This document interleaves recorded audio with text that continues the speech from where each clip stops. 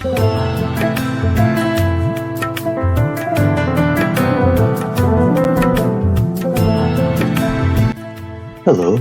my name is Dr. Due-Gundersen, lecturer with the United Nations.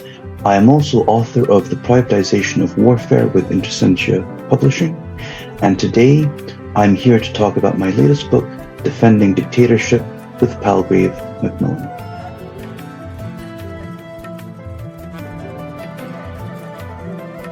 Indeed, I was told by some that the title is a bit controversial, but the idea of the book was to focus on the Arab Spring from the regime's perspective. I was very interested, after having lived in the Middle East for a few years, why was it that some regimes fell during protests and others remained in place? So the reason for survival of certain dictatorships or regimes comes down to a variety of factors. These could be traditionalism, for example, in monarchies, but also the ruling bargain, the ability to provide first-class services, at least in theory, welfare, material benefits in exchange for political indifference or acquiescence from the population. Other factors may include the use or manipulation of religion or even security, and arguing that there are external threats that only a certain family or a certain power broker can keep at bay. These factors are known in my book as beneficial consequences and form a part of utilitarianism as the basis of political legitimacy as opposed to democracy.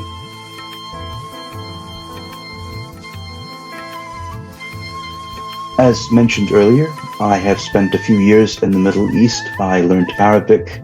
I lived in the Hashemite Kingdom of Jordan as well, and I've also lived in Turkey and in Kuwait as well.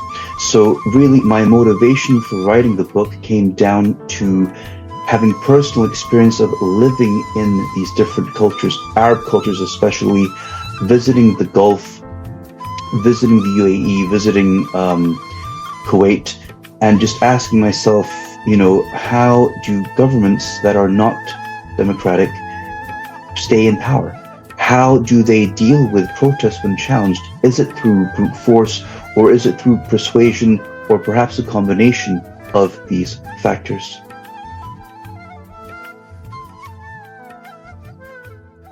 The Arab Spring is still talked about over 10 years on, but I think the real question is whether or not the Arab Spring was successful. And unfortunately, I think that in many parts of the world, we are seeing a reversal of gains made during the Arab Spring. Firstly, as I mentioned in my book, monarchies remain. Some monarchies draw a lot on religion as a factor, but also the ability to unite people and keep them safe from adjacent wars and conflicts.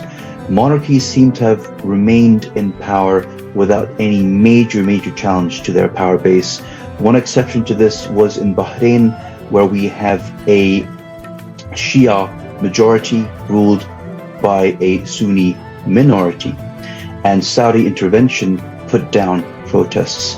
We also have to say that, unfortunately, in many republics, we've seen either a sliding back to dictatorship or a power vacuum. So, as an example, in Tunisia right now, we are seeing the current president using different judicial reforms, in inverted brackets, to try to harness or shore up power. There are some who accuse him of basically being like Ben Ali and returning the country to dictatorship, a country that was the start of the Arab Spring and was seen as a litmus test for democracy in the Middle East after the Arab Spring as well. In Egypt, where Mubarak was overthrown, we see that Sisi, who overthrew the elected Muslim Brotherhood president before him, remains in power. Some have accused him of being even worse than Mubarak himself and call his rule Mubarak 2.0. When it comes to other republics like Libya, there has been a serious power vacuum.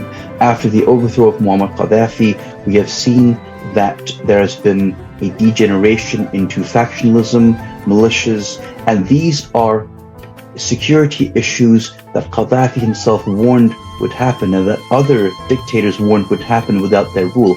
Obviously, these claims they made were for their survival, but it also points to the question of whether or not a system of institutionalized rule that has been around for example, 42 years can be overthrown and quickly replaced with democratic mechanisms.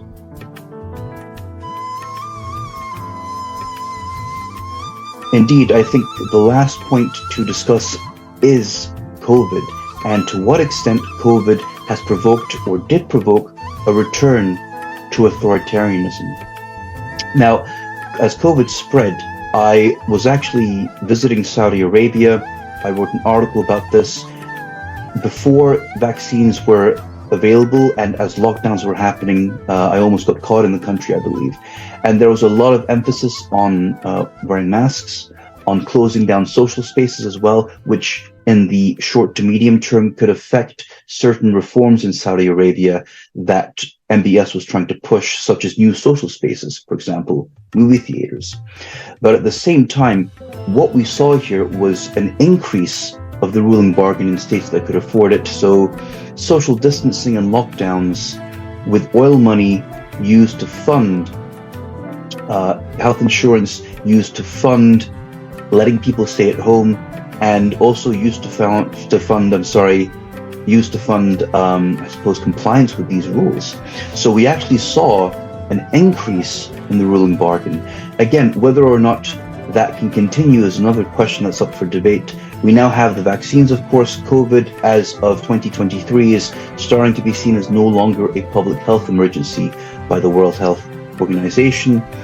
Nonetheless, what I noticed with COVID is that in democratic and non-democratic states, there was a turn to utilitarianism as a source of legitimacy. And one of the key issues that citizens wondered about was economic performance. Thank you very much for listening. My book, Defending Dictatorship with Palgrave Macmillan, is available on Amazon.com and .co.uk. On Amazon.co.uk, it's also available in paperback. Thank you very much.